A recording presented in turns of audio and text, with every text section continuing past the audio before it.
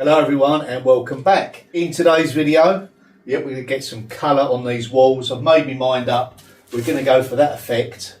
I think it's going to tie in nicely with the rest of the cottage downstairs. So we're going to have a go at this as well. Lots to do. Let's get painting. Yep, I very nearly did go for the blue colour. I do like blue in a kitchen. But discussed it with Sam and I think we're going to have blue upstairs in the bathroom. Here goes.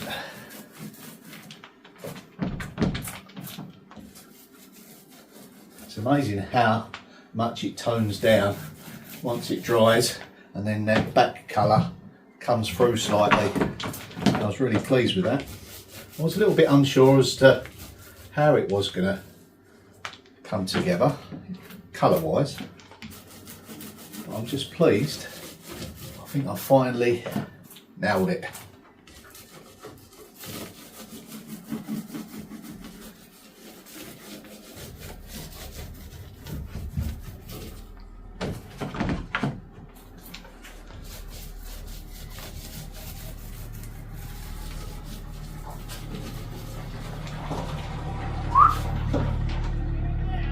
Yeah.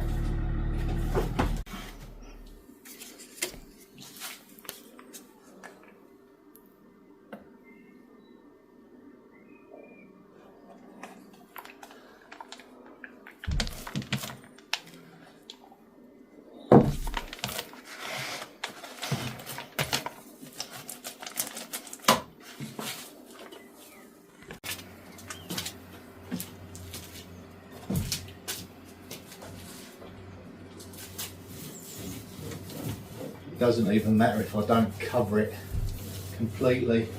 A little bit of the background coming through.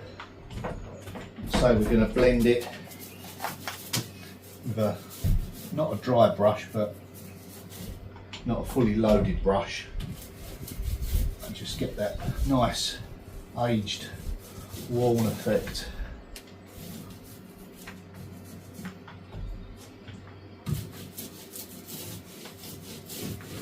This backing colour on, this neutral sort of pale soft white, and stop this paint soaking right into the timber.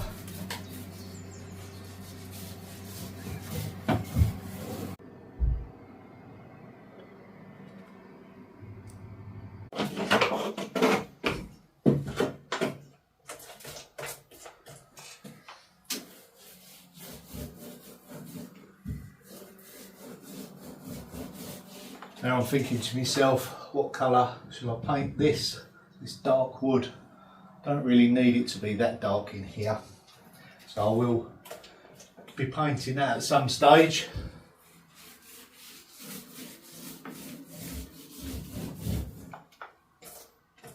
I might even do a sort of an effect with this colour on there just to lighten them up, but so you can still see the dark wood behind, but it just tones it down a little bit, makes it look a lot fresher and cleaner. Yeah.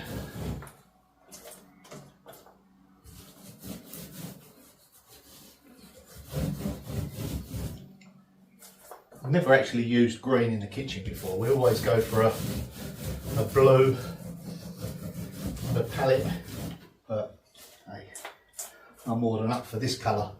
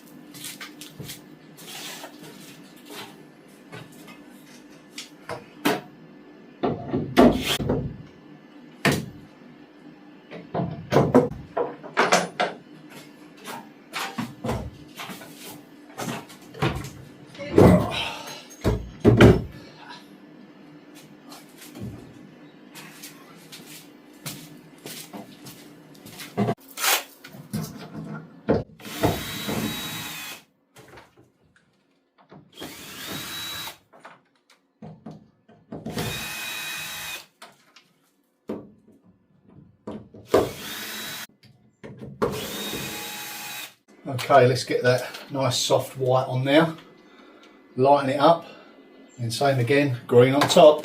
That's if I'm happy with that side, of course. Still not dry. Starting to. It is lightening up. So we've got our 50 water, 50 paint.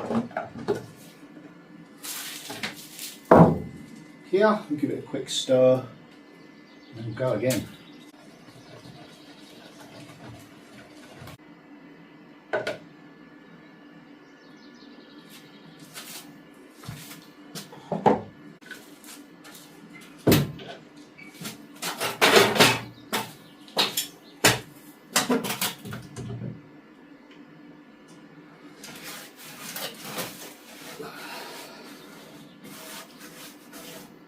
Overreaching a bit.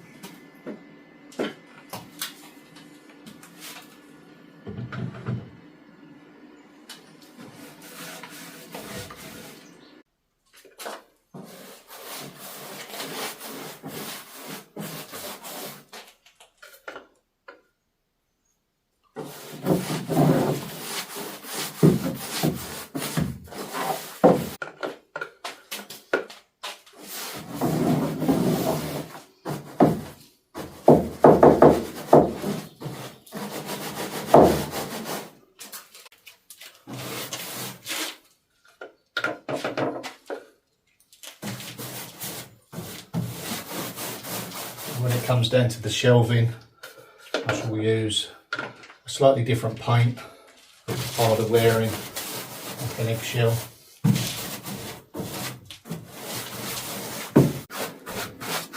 Okay, that's pretty much done. First coat on. This is nearly dry now. I'm very tempted to go over that with the watered down version. Let's see how it goes.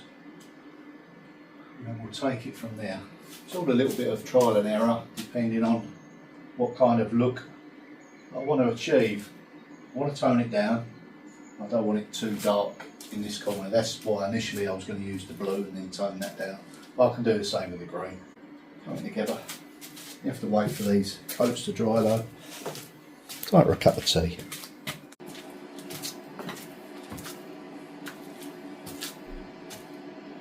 Try this bit. This looks like it's the dry section.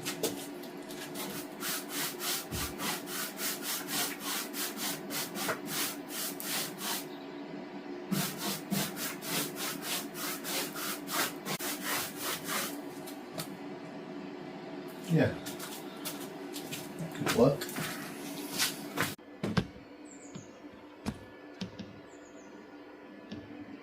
I think the way forward is to go over it all, not too heavy, let it dry, and if it's not light enough, go over it again. And just blend it slowly down until I achieve the look that I'm after. We're almost there with it.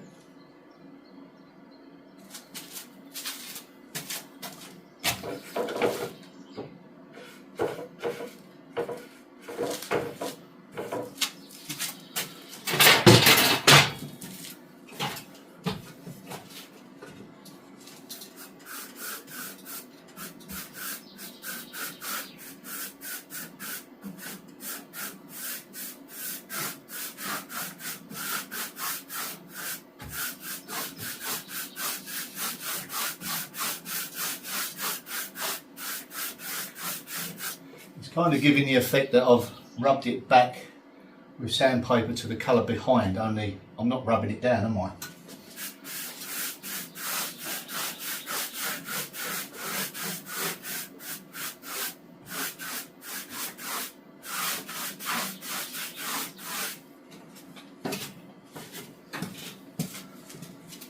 Yeah, I'll just keep working it like that.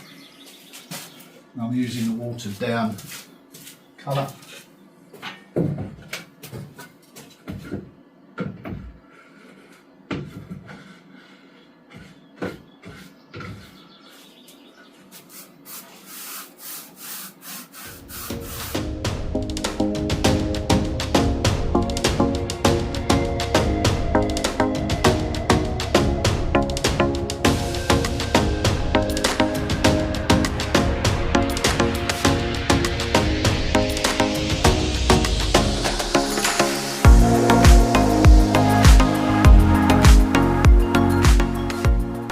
it dry off a little bit and it still wasn't light enough, so I'm just going over it horizontally now to try and blend it in and bring the tone down a bit more. I've done the bottom 4, so I'll do the top 3 and then we'll let it dry. We won't know until it's fully dried off.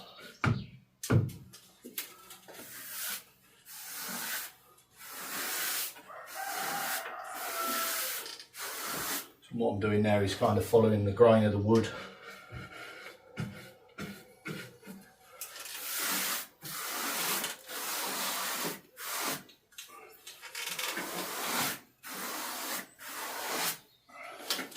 And what it does, it kind of highlights all the raised grain.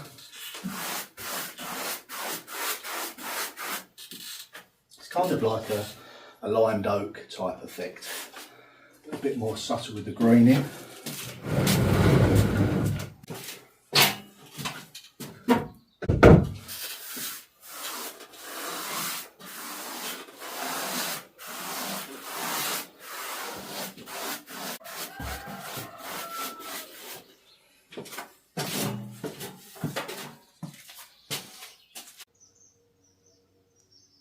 So whilst that's drying, I think I'll do a bit of work on the shelving.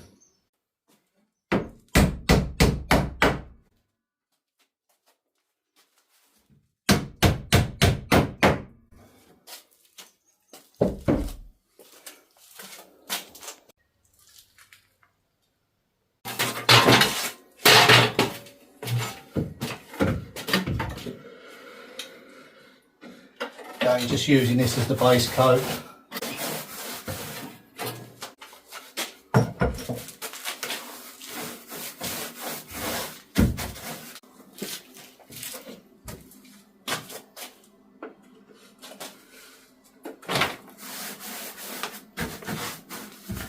Just looking at this area here now, obviously we've done the whitewash effect on the green there.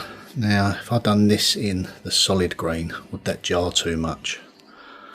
Not quite sure. Maybe we'll extend that panel through to here, and then when it comes to this front section here, maybe we'll go dark. And maybe dark in that section, or maybe light there all the way around, and then just the front section dark. Decisions. And at the end of the day, it's only paint. I can change my mind, I can go over it again, but I would like to get it right first time. It's gradually lightening, isn't it? Just like that section there. Start to see the grain come through. It dries a lot lighter.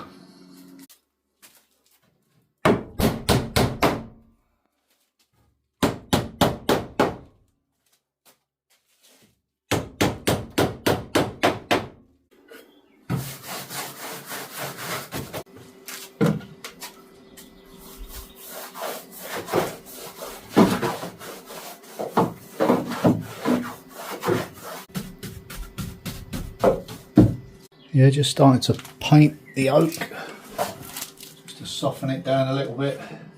It's very dry, which is encouraging. Let's see what this dries out like.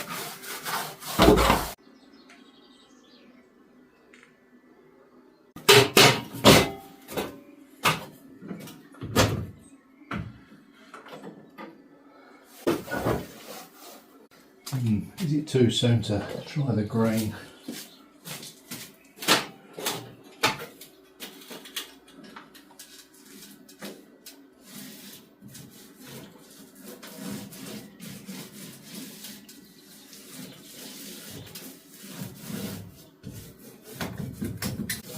Yeah, it's just dragging that white across it. Well, that has certainly toned it down, hasn't it? That extra white on top, considering that's how dark it was. What do you think? For the sake of letting it dry for a few more hours, I don't think it's worth risking it, because if I get the effect wrong, it won't match up with that side. I don't really want that, so I want to follow exactly the same procedure, get that on once it's dry, and then we'll go over it again like so. Okay, there's no reason why I can't get a lick of paint on this area.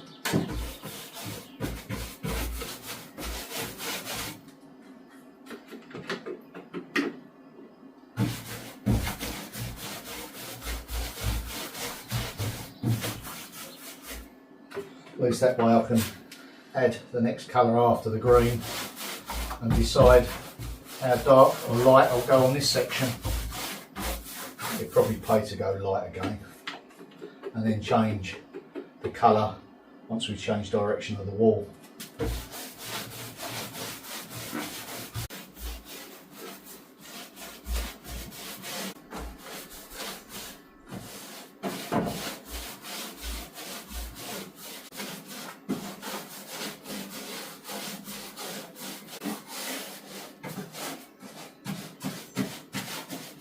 Just basically using up the last of this mixed up paint.